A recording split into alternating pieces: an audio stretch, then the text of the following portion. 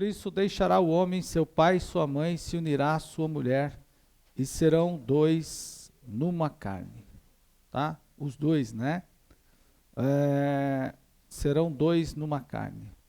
Bom, eu quero compartilhar com os irmãos e peço que vocês fiquem bastante atentos, porque hoje vamos falar sobre o casamento pensado por Deus. Como Deus pensou, não é? E vamos revisar alguns conceitos fundamentais da fé cristã para o casamento. E que são princípios bíblicos e básicos, né? Principalmente, que direcionam os casais. Nós vamos fazer aí uma abordagem também das distorções constantemente pregadas nos nossos dias, né? E que são tidas como casamento, visando inclusive o objetivo do nosso trabalho é fortalecer as relações existentes na igreja e aquelas que vão surgir. Por isso que eu trouxe esse tema, trago esse tema para esta noite, para os irmãos que aqui estão, que já são casados, para aqueles que vão se casar. Não é? É importante vocês saberem disso, de tudo aquilo que a gente vai trabalhar esta noite. Bom, então, em primeiro lugar, como que Deus pensou o casamento? É super importante a gente pensar como Deus, ficar pensando como que Deus pensou o casamento. Para a gente pensar como Deus pensou o casamento, a gente tem que voltar ao texto de Gênesis. E tem uma passagem em Gênesis que me chama a atenção, que eu quero ler com vocês. Vamos lá, Gênesis capítulo de número 2. Abra aí a sua Bíblia, Gênesis capítulo 2, versículo de número 5. Gênesis 2, versículo 5. Que diz exatamente assim: toda a planta do campo ainda não estava na terra, e toda a erva do campo ainda não brotava, porque ainda o Senhor não tinha feito chover sobre a terra, e não havia homem para lavrar a terra. Perceba que já existia a criação, aqui nos diz que já existia a criação, Deus já tinha o processo de crescimento das plantas, já está aqui no contexto, pode ver que está pressuposto aqui, ou seja, já está descrito aqui, que Deus, olha, toda a planta ainda não estava na terra. Então, não está dito no texto nenhuma, está dito toda. Então, existia alguma criação já. Aí ele diz, ainda não estava na terra, toda a erva do campo ainda não brotava. Então, foi como se Deus tivesse colocado tudo no seu devido lugar na terra e disse assim, espera, você vai precisar crescer, as árvores precisarão crescer, as ervas vocês vão crescer, mas no devido tempo. Por quê?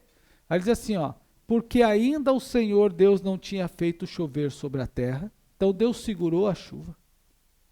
Olha lá. E ele diz por que tudo isso. A resposta que a gente pergunta é, por que a planta não estava, toda a planta não estava, por que toda a erva não brotava e por que a chuva não caía? Aí Deus responde, porque o homem ainda não estava criado, não tinha sido criado para lavrar a terra. Então perceba, irmão, que antes de Deus criar o homem, Deus já criou o trabalho para o homem. O plano de Deus já estava pensado para o homem. Ele já tinha o que fazer. Aí, eu quero compartilhar com os irmãos, pensando nisso, que no livro A Declaração de Fé das Assembleias de Deus, que todo crente precisa ter. Quem não tem, compre a Declaração de Fé. Precisa ter, é um livrinho seu de regra. E não é para ter um para a família. Ah, é um para a família. Não, é um de cada um. Porque cada um tem uma forma diferente de estudar. Na família tem 2 pessoas, tem que ter 2. Na família tem 5, precisa ter 5. Por quê? Porque cada um tem uma forma de estudar particular. Não é? Então você anota da forma que está. Pastor, manda o PDF. Irmão, você paga 40, 50, 70, 80 reais num lanche, não paga 10 reais num livro. que vai usar a vida inteira. Não é? A gente compra um sorvete que custa R$ 15 e que tem que brigar com o sorveteiro para fazer o sorvete ficar bom. Pelo menos parecido com o da foto. Porque o da foto tá bonito, tá bem feito, né? O pote vem transbordando, você paga R$ 15. Quando o cara te entrega, tá pela metade. Aí você fala, tá faltando no copo. Olha lá, na imagem. Ele diz assim, aquela foto é ilustrativa, mas o seu dinheiro é de verdade. Seu dinheiro é de verdade. A gente não paga R$ 10 num livro. E esse livro é para toda a vida. A declaração... Opa, tomei um susto. A Declaração da Assembleia de Deus. Lá na página 204 desse livro, o pastor Ezequiel Soares escreveu o seguinte, entre outras coisas, parafraseando o que ele disse, que Deus pensou, né, e criou o casamento com dois princípios básicos. Primeiro, heterossexual e monogâmico. O que quer dizer isso? Ao pensarmos como Deus traçou o projeto, compreendemos que o casamento exerce a função de dar continuidade, por exemplo, à existência da humanidade, por isso é heterossexual, um homem, uma mulher. É um homem e uma mulher, aí a reprodução, não é? Pensou também na manutenção, por exemplo, na continuidade da existência da humanidade, ou seja, a humanidade vai continuar, porque é um homem e uma mulher, não é? E os dois vão se ajuntar. Na manutenção da obra, da criação, como está no texto aí, o homem tinha que cuidar da terra, lavrar a terra, encher a terra e assim, e também na realização integral, total, do ser humano. E a gente vai discorrer um pouco sobre isso. Uma parte hoje, outra parte fica para os dias que vamos trabalhar apenas com os casais. Então, nesse sentido, o casamento exerce a função de levar o homem, casado ou não, a adorar a Deus. Se percebermos que a Bíblia diz, vejam, vamos ao texto de Gênesis. Deus criou tudo, entregou a Eva para Adão, deu a eles os limites, as diretrizes, e como parece que ele saiu. Parece que ele foi passear, tipo assim. Vejam só, porque ele volta no final do dia. Olha o que diz o texto, né? É o verso, então, capítulo 2, versículo de número 21, a partir dali. Então o Senhor fez cair um sono pesado sobre Adão, e este adormeceu e tomou uma de suas costelas e cerrou a carne em seu lugar. E da costela o Senhor, que o Senhor Deus tomou do homem, formou uma mulher e trouxe a Adão. E disse a Adão, esta é agora osso dos meus ossos, carne da minha carne.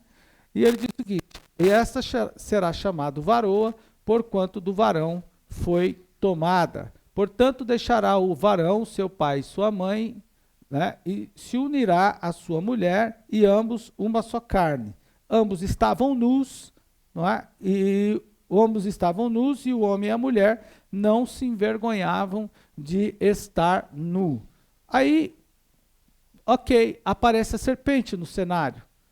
Aí tem toda aquela história da serpente, que eu não vou discorrer com vocês. E aqui o verso 7 do capítulo 3 diz assim, e foram abertos os olhos e ambos, e conheceram que estavam nus, e coseram folhas de figueira, fizeram para si aventais.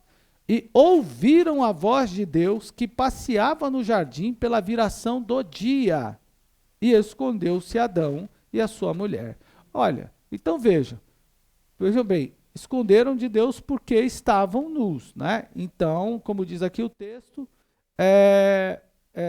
esconderam da presença do Senhor entre as árvores do jardim. Então Deus fez a criação, Deus criou o trabalho, Deus criou a família. Aí quando o casal estava formado, então Deus deu as diretrizes. Nas diretrizes estava também, já continha também um trabalho.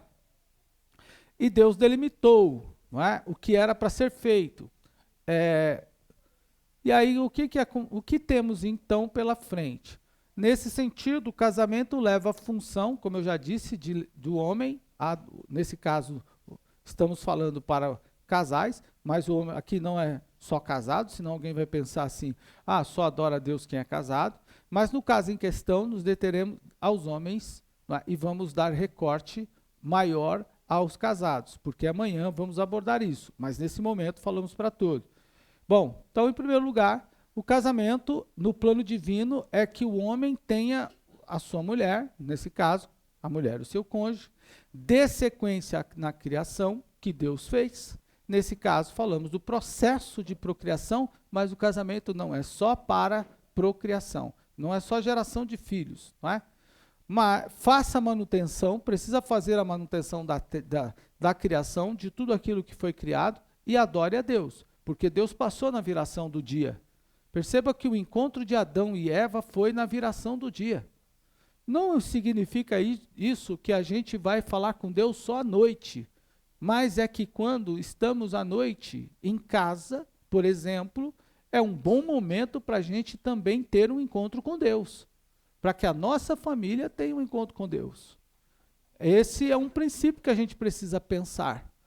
Deus, aqui o texto não diz que foi durante o dia, mas na viração do dia. O dia estava virando, não é? Então Deus apareceu para ter um contato com Adão e com Eva. Era um bate-papo, talvez.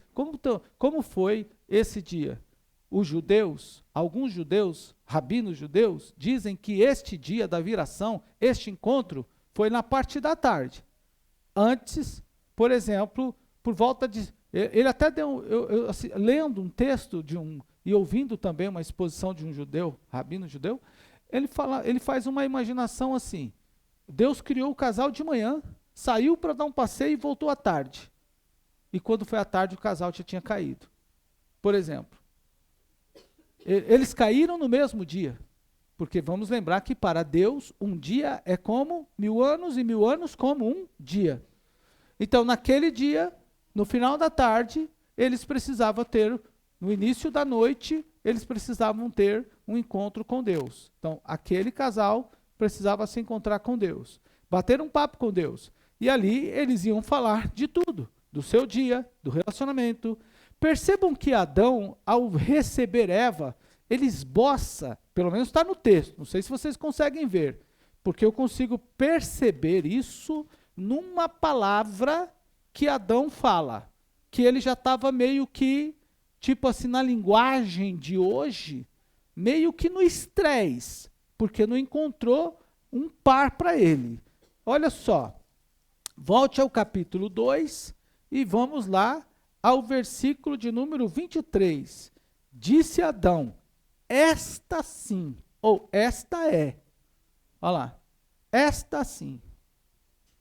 Outra versão bíblica diz, olha lá, esta é agora. Outra diz, esta sim. Ao que parece, Adão ficava olhando para tudo que via e não achava nada compatível com ele. E ali tem uma carguinha, uma carga pequena de alguém que já estava mesmo procurando uma companhia. Então, no final da tarde, Deus aparece e quer conversar com o casal e fala mais ou menos aquela ideia. E aí, Adão? E agora? Tá tudo certo? Porque Adão deve ter dito para Deus, não estou sozinho aqui, eu quero conversar com uma pessoa, não tem ninguém para falar comigo, não é? Eu estou vivendo só aqui nesse ambiente, quem é que fala comigo? Então Deus deu a Eva, não é? A Adão, e aí no final da tarde ele vem conversar. Então me fale do seu dia, me fale do seu relacionamento, converse comigo como foi, você se entendeu com a esposa? Porque Eva não era um robô. Eva não era um robô programado.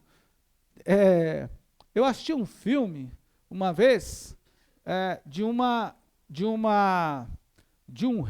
príncipe que queria se casar, e a noiva que era preparada era um robô. Quer dizer, feita para agradar Adão. Não é? Até tem tem até uma comédia antiga, daquele ator Ed Murphy, que trata disso, Um Príncipe em Nova York. Vocês que são dessa década aí assistiram, em que ele vai se casar e apresentar a noiva para ele. Aí ela diz o seguinte, ele olha e fala assim, pula de um pé só. Aí ela pula. Late, ela late. Gira, gira. Fique só na ponta dos pés. Ela fica só na ponta dos pés. Era uma mulher treinada para ser esposa de uma realeza. Mas não era esse o plano de Deus. Deus não criou Eva assim. Eva tinha sua própria vida, seu próprio entendimento. E não foi porque Deus criou Eva que os problemas entre ela e Adão não existiram. Se vocês pararem para pensar, verão que os problemas entre os casais existiram entre todos os patriarcas. E a Bíblia não deixa isso para trás. Por exemplo, Abrão teve problema com Sara. Imagine Sara, ou Sarai, voltando para Abraão, devolvida pelo faraó. O que ela teria dito para Abrão? Hã? O que você, irmã, no lugar de Sara, teria dito para Abraão? Para quem não sabe, Abraão, com medo da morte, disse para o faraó que Sara era sua irmã, quando na verdade era irmã. Então o faraó disse o seguinte, ela é bonita, se é minha irmã, se é tua irmã, não é tua mulher, quero para mim. Imagine Sara sendo levada, eu fico pensando na cena, Sara sendo levada pelo capanga lá do soldado do faraó, passando por Abraão com aquele olhar, né, que as mulheres sabem dar aos maridos. Como você olharia para o seu marido sabendo que você está miserável, está me mandando para o abate, né, canalha? Imagino que ela deve ter dito assim, pode não ter falado, mas no mínimo pensado. E por falta de uma vez, Abraão fez duas. Imagine na segunda. De novo. Não é? Ele fez na segunda vez. Então Deus não aniquilou os pensamentos divergentes. Ao criar Sara, ele deu a personalidade de Sara. A Bíblia não relata os fatos. A Bíblia não relata. A voz de Sara nem aparece praticamente na Bíblia. Mas você pode imaginar. Por exemplo, vejam, eu fico pensando, será que o Abraão disse para ela, aqui eu estou falando de Adão, né? Estou confundindo aqui Adão, hora confundi, troquei nomes. Adão com Abraão. Não, peraí. Primeiro eu falei de Adão, agora eu estou falando de Abraão. Então vamos lá. Imagine Abraão quando foi sacrificar o filho Isaque, o único filho daquela mulher. Porque a Bíblia fala que era o único filho de Abraão.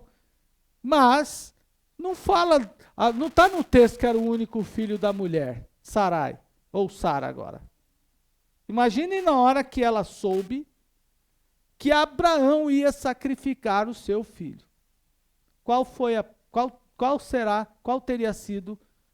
terá sido a emoção dela? Como seria a sua emoção?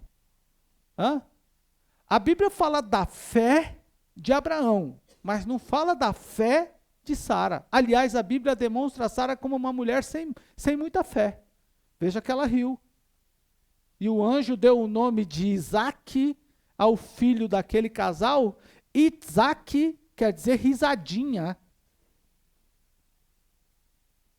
Isaque traduz-se como risada, riso. E sabe por quê? E o Isaque recebeu o nome, aliás, foi dado o nome de Isaque àquele menino, que viria a nascer um ano seguinte, exatamente porque ela sorriu, quando o anjo disse para Abraão assim, daqui um ano, voltarei a ti, tua mulher terá dado luz a um filho. Ela sorriu lá dentro do quarto e o anjo perguntou, por que é que você está rindo aí? Vocês se lembram do fato? A Bíblia diz, sorriu no seu interior. Então o anjo disse, o nome dele será Isaac.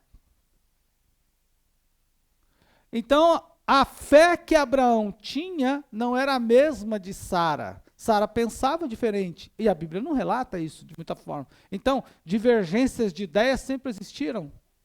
E eu imagino, não está no texto, mas eu imagino que ao criar Adão e Eva, colocá-los no jardim e voltar no final da tarde, voltar assim, porque Deus não sai, ele está em todos os lugares, mas ao voltar no fim da tarde para conversar com o casal, as divergências, não é? Foram tantas.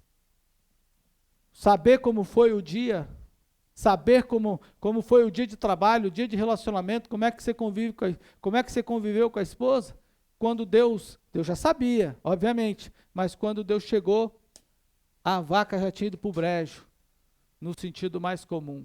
O casal já tinha se perdido no meio do caminho.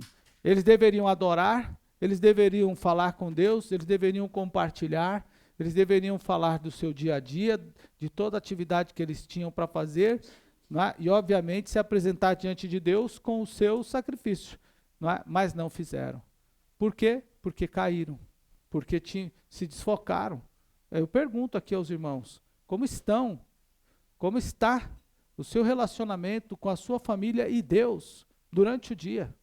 Como está o seu relacionamento? A gente tem tempo para tudo, a gente tem tempo para a internet, a gente tem tempo para o jogo, a gente tem tempo para o filme, a gente tem tempo para pensar em qualquer outra situação, mas esta noite precisamos ouvir que é necessário que a gente tenha tempo, vamos colocar assim, na virada do dia, para se apresentar diante de Deus com a nossa família, com o fruto do nosso trabalho, para contar para Deus o nosso dia a dia. A gente precisa fazer isso.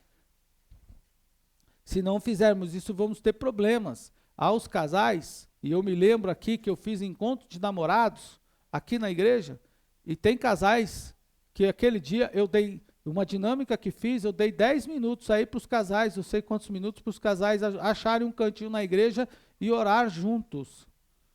Eu fiz isso aquele dia no encontro, não sei se tem alguém aqui que hoje é casado ou que estava namorando naquela época, mas que participou. Tem alguém? Não me lembro. Mas eu sei que tem um casal que estava aqui namorando naquela época, que hoje é casado e é nosso, não está aqui hoje, mas que estava lá.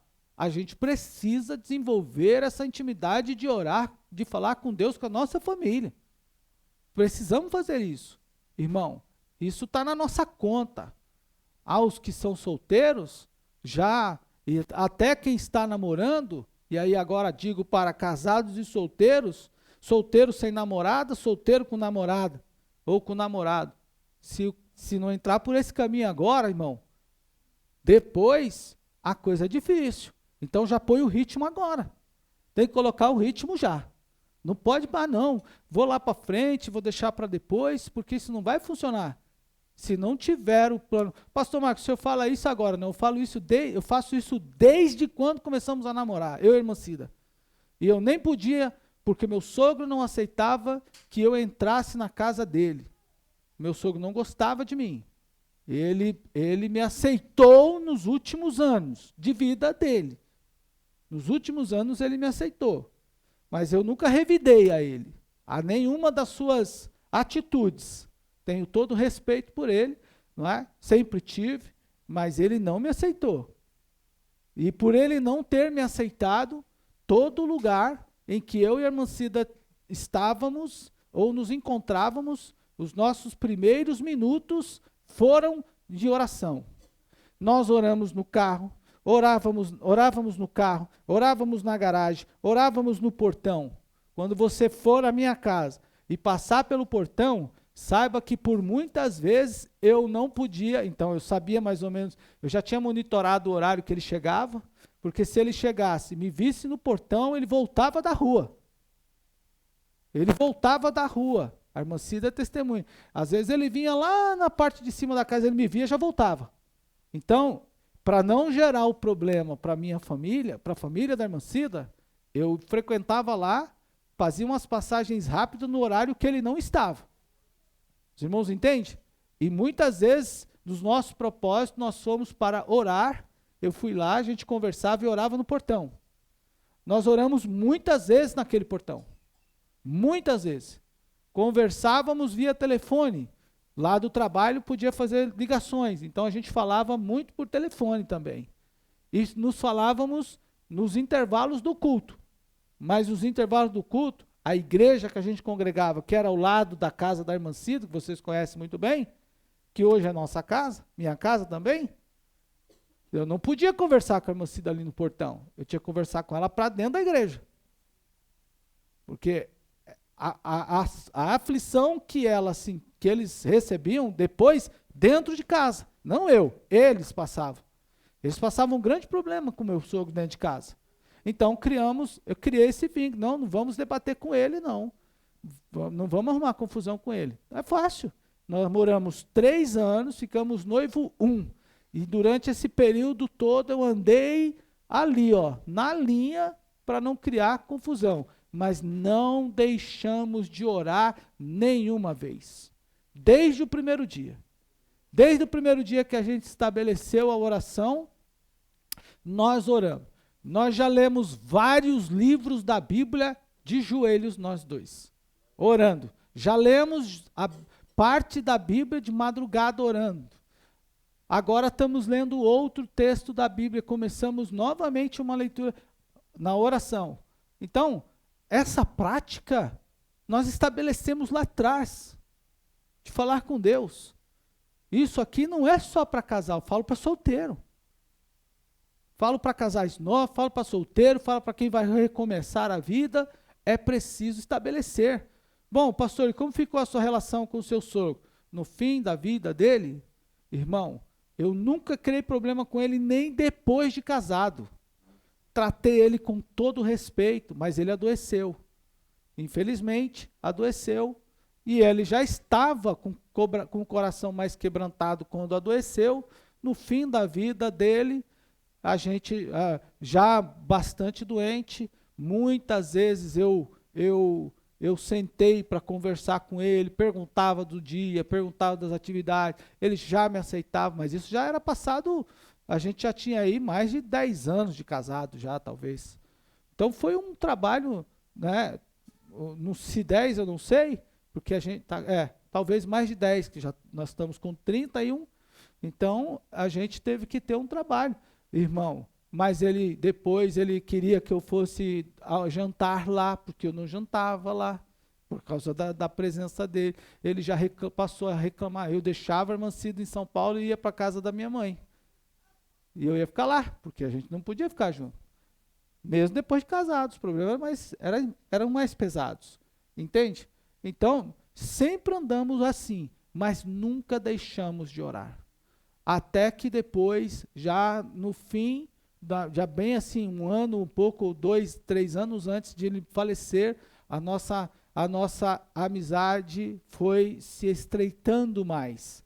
Mas não interferiu na minha oração com a irmã Cida. Foi quando ele começou a reclamar da minha ausência. Ele queria minha ausência lá, queria que eu jantasse lá, queria que eu conversasse com ele. Aí eu fui chegando. Ele me chamou, aí eu fui chegando.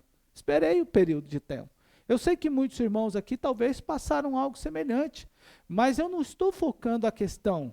Muito pelo contrário, meu sogro foi uma bênção. Se eu hoje tenho uma casa, se hoje eu tenho uma casa, se hoje eu tenho onde morar, eu devo a ele. Porque o dia que eu pedi a ele a casa para morar, ele deu-me uma verdade na minha cara que nunca mais esqueci. Guardei até hoje e guardo como um presente. Que pena que não pude conversar com ele mais vezes, mais tempo, não é? Mas enfim, de toda forma, nós orávamos todos os dias.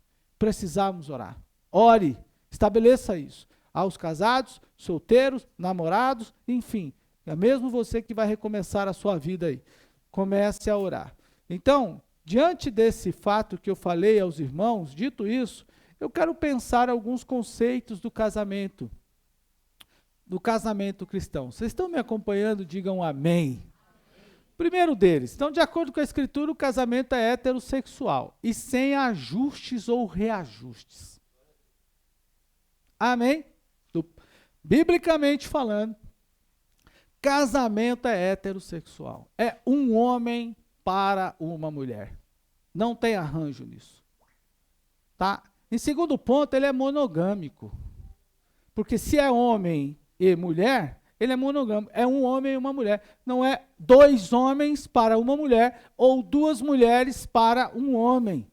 Ele é, então, nesse sentido, Deus criou Eva para Adão e ele criou o casamento monogâmico, que é um para 1, não é 2 para 1. Então não pense, irmão, não pense essa ideia de que vou me casar, se não der certo, separe, não é princípio da fé cristã.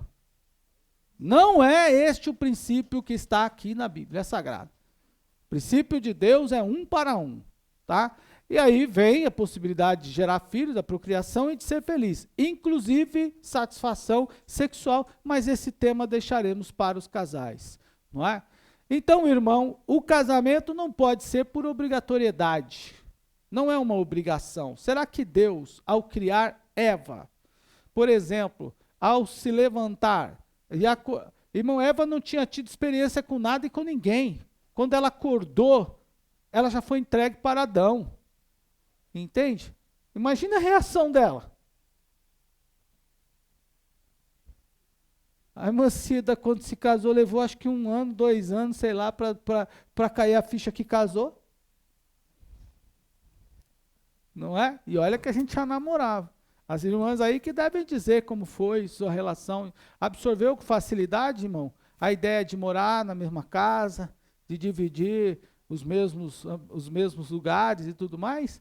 Ou foi uma luta também? Mas eu fico pensando nessas questões.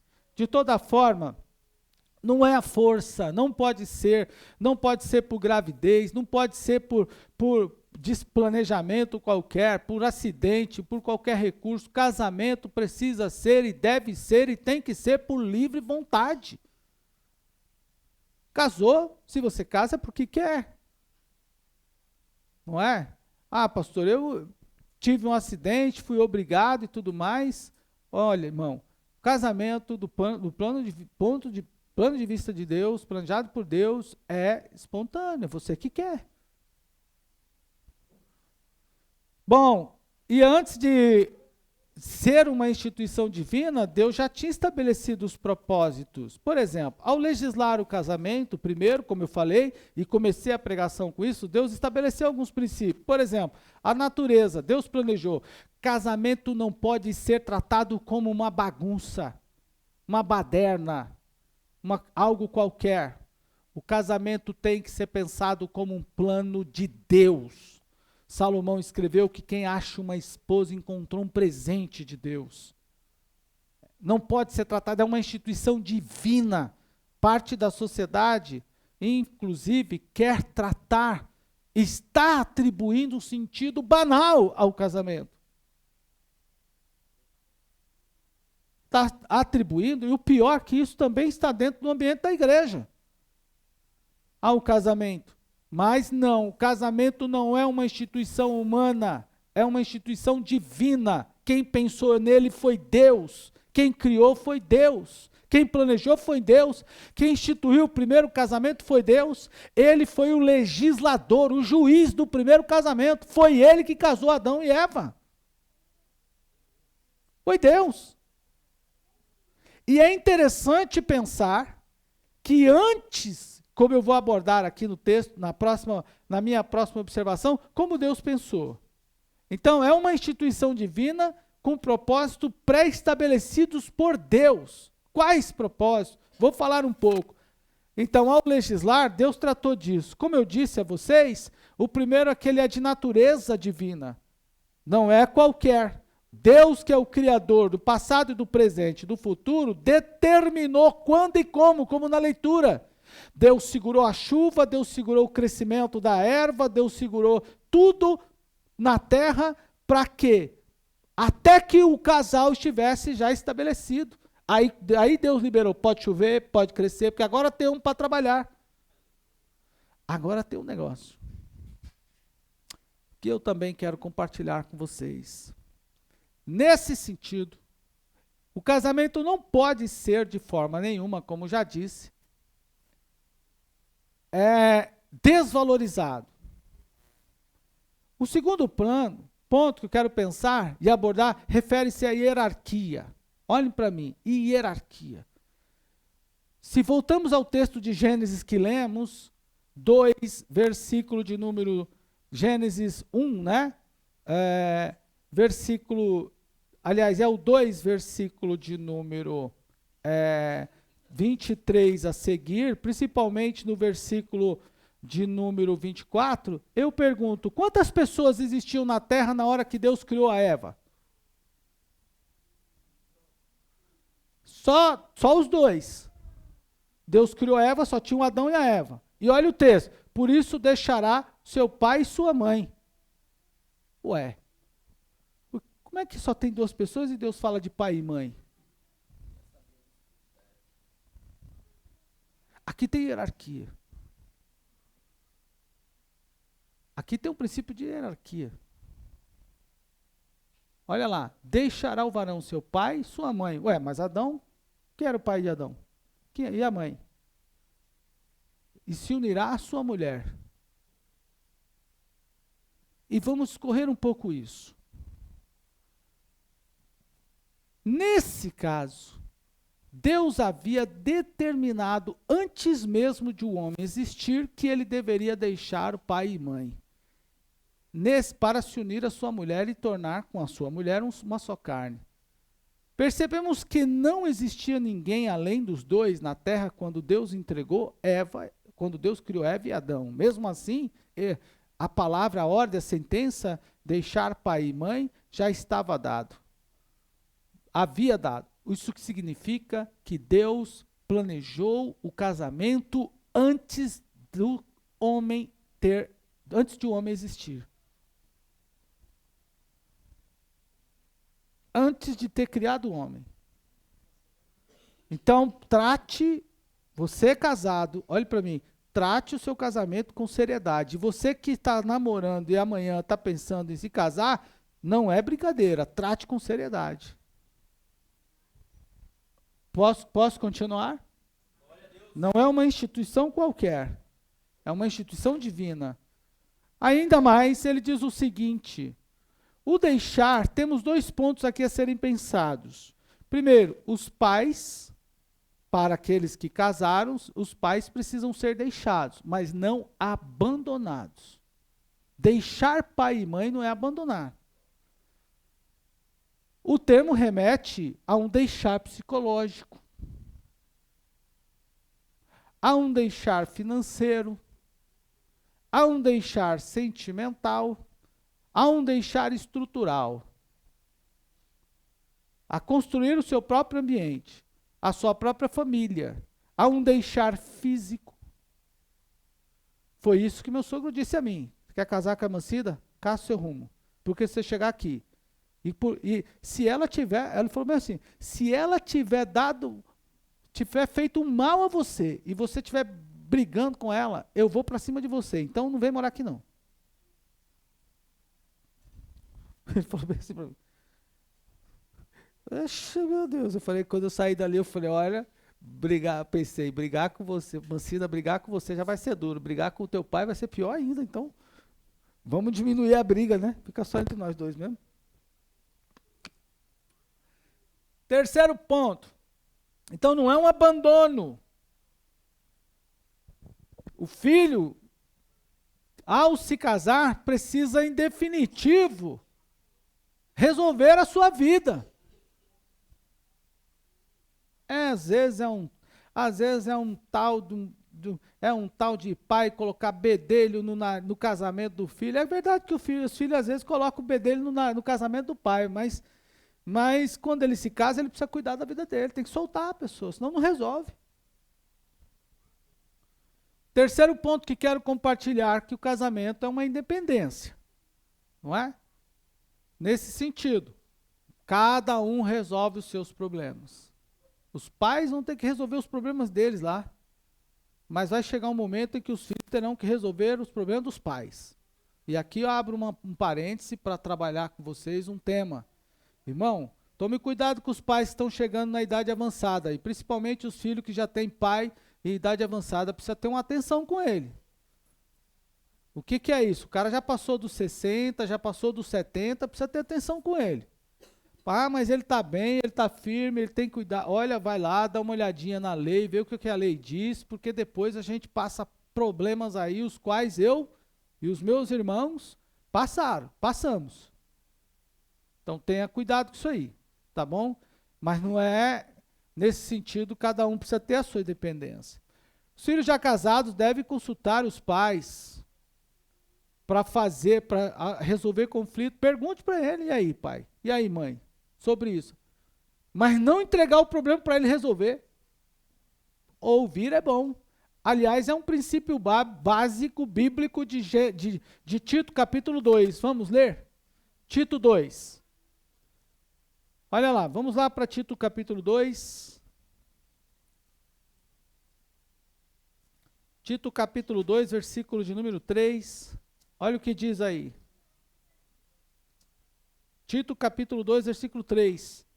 As mulheres idosas, semelhantemente, sejam sérias no seu viver,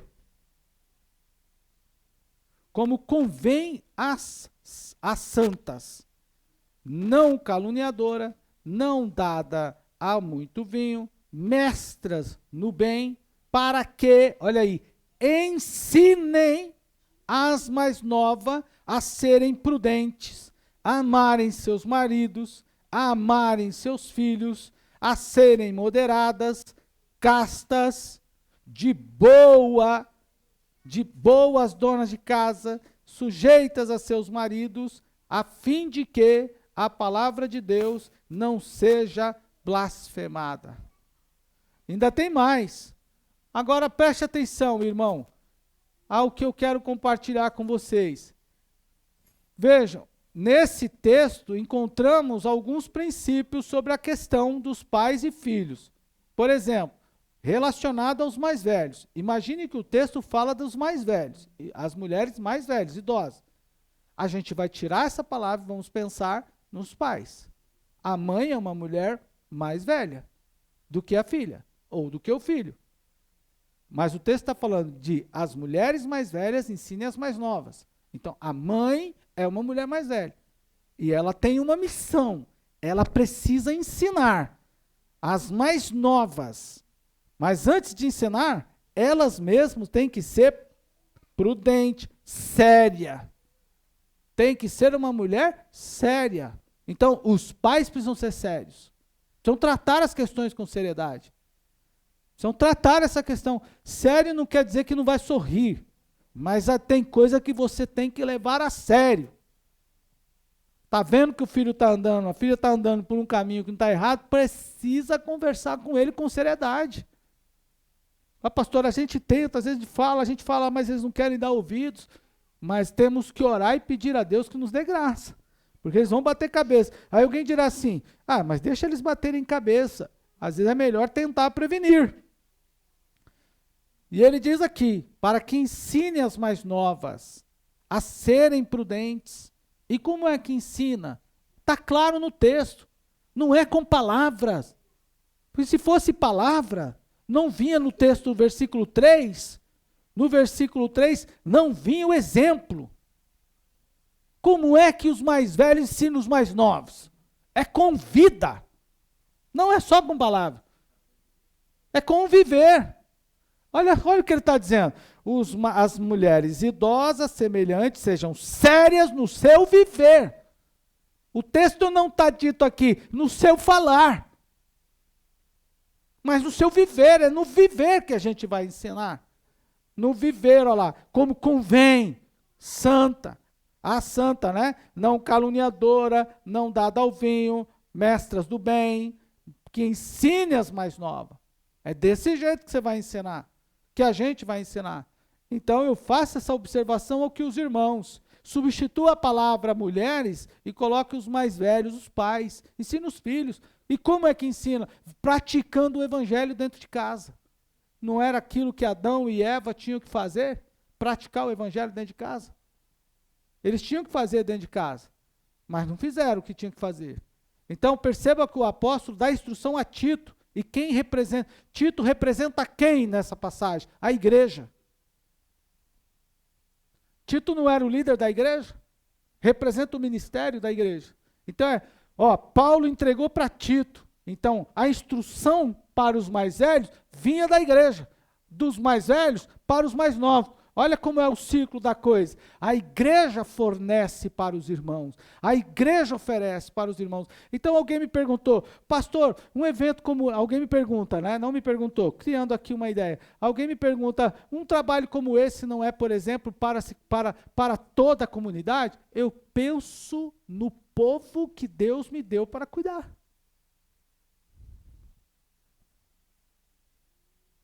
Eu penso na necessidade do povo que Deus deu para cuidar. Então vamos oferecer aquilo que o nosso povo, ou seja, aqui precisa. Ah, pastor, mas tem um irmão fulano de lá de cá que quer participar. Glória a Deus. Mas eu não estou pensando neles. Eu pastoreio aqui, vocês. O meu pensamento está aqui. O que faremos e o que fazemos, o que temos feito, é para o nosso povo. A igreja precisa dar e entregar ao povo. Vocês repassam dentro de casa, no tete a tete com seus filhos. Nesse caso, o conteúdo do ensino é o amor. Vamos traduzir as palavras de Paulo. A prudência, a santidade, a bondade, a honra. Esses assuntos precisam fazer parte da vida de vocês, pais, marido e mulher, dentro de casa. Mas não só no falar, é no praticar, é no viver. O filho precisa ver. Eu não tive essa oportunidade. Meus pais não eram cristãos. E eu acho que boa parte aqui dos irmãos não. Também não. Então, todo esse conhecimento é compartilhado pela igreja. O quarto ponto que vou compartilhar esta noite com vocês é que o trabalho é a unidade. Percebam, irmãos, o seguinte, eu falei do primeiro, do segundo e do terceiro. O quarto ponto é que o casal precisava se unir. Então, deixará o homem, o pai e sua mãe, e se unirá. Esse trabalho de união é terrível. Porque, irmão, a conjunção de ideias. Pergunta aqui aos casais, você bate a todas as ideias que você tem, bate com o seu cônjuge? Ei, irmão, se eu desse aqui alguns minutos, isso não quer dizer que você vai denegrir ou, né? Ou que você vai difamar, mas se eu desse aqui a oportunidade, você diria que suas ideias batem com sua esposa ou com seu marido? Existe uma ideia entre os jovens que diz assim, não, nós nunca vamos ter problema nenhum. Casamento nosso vai ser, olha, quando a gente se casar, vai ser aquela maravilha. Eu aconselhei um casal de jovens uma vez aqui, e eles disseram assim, pastor, tudo que o senhor está falando de conflito, de problema, eu acredito, mas não será para mim.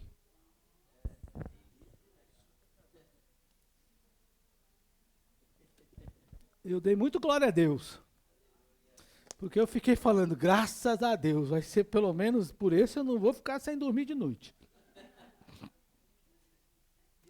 Não vai ter ligação para mim de noite, de madrugada, para poder resolver esse problema aí. A não ser que, pastor, estou assando uma carne aqui agora, 3 horas da manhã, dá para o senhor vir. Sonho meu, né, como cantava aí sei lá quem era a cantora, não passou dias de casamento, lá estava, desculpe a palavra, o pau quebrando, e aí, o pastor falou, pois é, mudou de ideia, foi? Não bate todas as ideias. Bate? Não bate. Entende? Não funciona desse jeito. Não caia, quem não casou, não cai nessa realidade, não. Você, olha, vai ficar tudo mil maravilhas. Mesmo os casais aqui que e recomendo. Recomendo os irmãos que estão aí pensando em casar, ou que estão namorando, dê uma olhadinha para os casais e pergunte, é tudo mil maravilhas ou é só uma ilusão que eu estou tendo? Aí, pode relatar alguns conflitos? A irmã Cida acho que diria um monte. Bom, primeiro, ele larga a meia lá em qualquer lugar. Largava. Olha lá, ela não quer nem. Eu estou tentando amenizar, ela está. Deixa eu falar.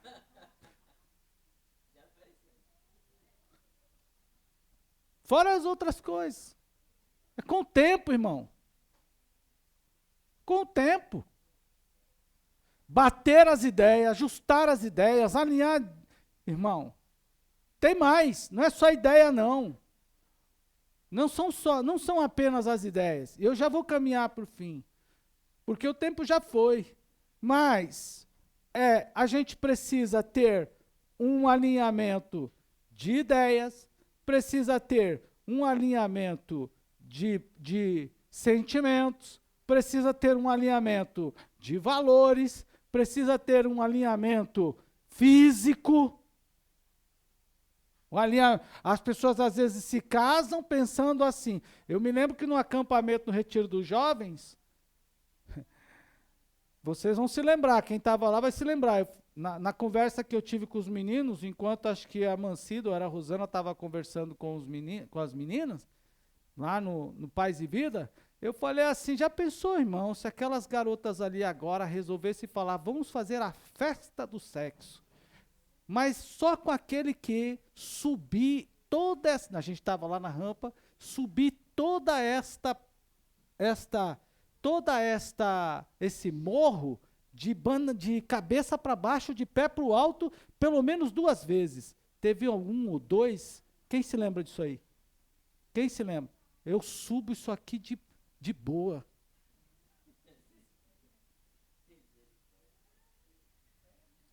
É, aí casa, não é? Aí casa, aí vem conta, boleto, fatura, dívida. A força do braço vai desaparecendo, o cabo já não quer mais subir para canto nenhum, não sobe nem na cama, não sobe mais em nada. Hã? Dá até artrose. Ó, irmão, dá até artrose. A união física. Essa aqui é fácil? Não, eu sou aqui, eu tô pau pra toda a vida, eu tô forte, eu tô que não sei o que, tá? Ok, tu vai ver. Vai, bonitão. Vai, irmão, tu vai ver. Então, é preciso tratar essa questão com seriedade. Não é só uma união, é uma união de pensamento. Até na igreja, é uma união de ministério. Tem casamento aí que acaba porque o ministério não bateu. Me lembro de um casamento que o cara estava pregando, a mulher estava assim, ó, a mulher ficava assim, ó.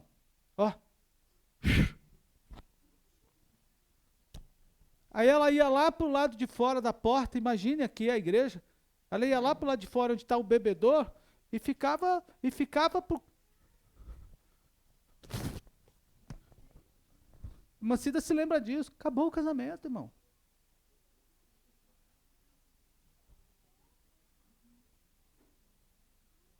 Às vezes o marido vamos pensar, o marido é músico, a esposa é música, o cara não gosta de música. A mulher está o tempo todo cantando, o marido está o tempo tocando, o outro não quer saber de canto, não quer saber de nada. Aí vai ficar aí até que hora? Com essa bagunça, meu Deus, meu Deus, meu Deus, meu Deus. Quantos casamentos já teve aqui na igreja, assim?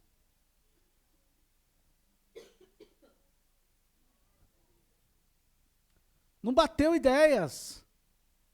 Alguns eu disse. Me lembro de um casamento para quem eu disse, na frente, para os dois, quando foram falar em casamento comigo, falei, ó, você gosta de estudar e esse cara não gosta de estudar. Falei na frente, falei para os dois, você gosta de estudar e ele não gosta de estudar, isso aí vai dar B.O. E deu.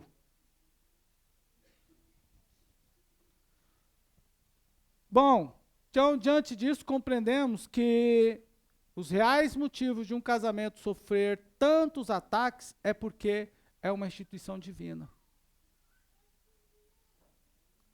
Oriundos de diferentes áreas da sociedade, por exemplo. Muitos setores da sociedade tentam acabar com o casamento, porque o casamento cristão é um dos pilares da moral cristã. Olhe para mim, Vocês que ainda, jovens, Deus tem prazer na virgindade. Guarde-se, é o valor da igreja.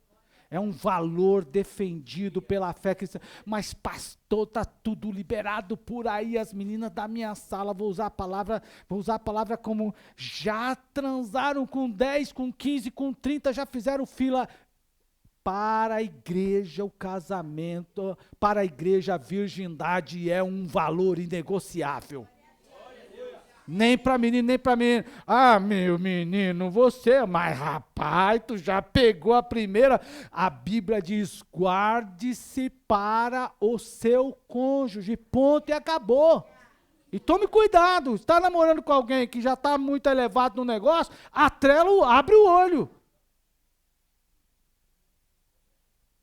Abre o seu olho. A pureza, nesse sentido, é um princípio, é um valor cristão. Inegociável. Inegociável, você pode dizer glória a Deus? Por esta pregação, parte da sociedade quer eliminar a igreja, porque a igreja diz para o seu jovem, não se entregue, não se relacione. Então aos meninos e às meninas, eu vou repetir aqui a fala da nossa irmã Rosana de uma vez que ela falou, aqui numa pregação, mão na coisa ou coisa na mão de jeito nenhum. De jeito nenhum. Avançou o sinal, o compromisso com Deus já foi longe, já passou. Abre o olho. Então, por esses e outros motivos, o casamento recebe muitos investimentos de destruição. E eu vou falar de vários deles, mas não hoje. Vou falar só para os casais. Hoje a gente vai parar por aqui. Então, revisamos aqui alguns princípios, alguns pontos importantes relacionados ao casamento. Quem tem um casamento, ainda que não seja o melhor, tem a oportunidade de trabalhar para que ele seja. Vale a pena. Se eu fosse me casar de novo, eu casaria com a irmã Cida.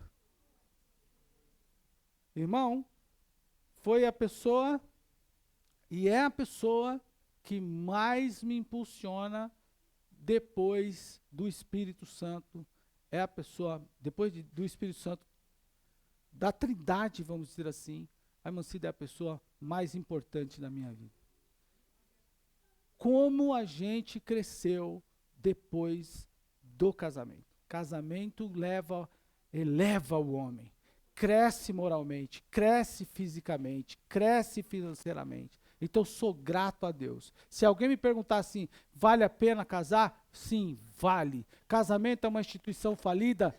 Para mim, não. Casamento é muito bom. Quem tem um, guarde. Glória ao nome do Senhor. Quem não tem, case quando Deus preparar para você a pessoa para você se casar. E quem o casamento está ruim, vamos trabalhar para que seja bom. E aquele que o casamento está bom, prepare para que seja melhor. Mas, pastor, eu perdi o casamento. Olhe para mim, Jesus disse a Marta e Maria, elas disseram o seguinte, meu irmão já está morto e é de 4 dias. Jesus disse assim, olhe para mim. Imagine agora, pastor, meu casamento já acabou. Olhe para mim. Eu vou repetir a fala de Jesus. Quem crê em Jesus, ele diz, quem crê em mim, ainda que esteja morto, viverá. Então Deus é poderoso até para restaurar um casamento perdido. Você crê nisso? Diga glória ao Senhor.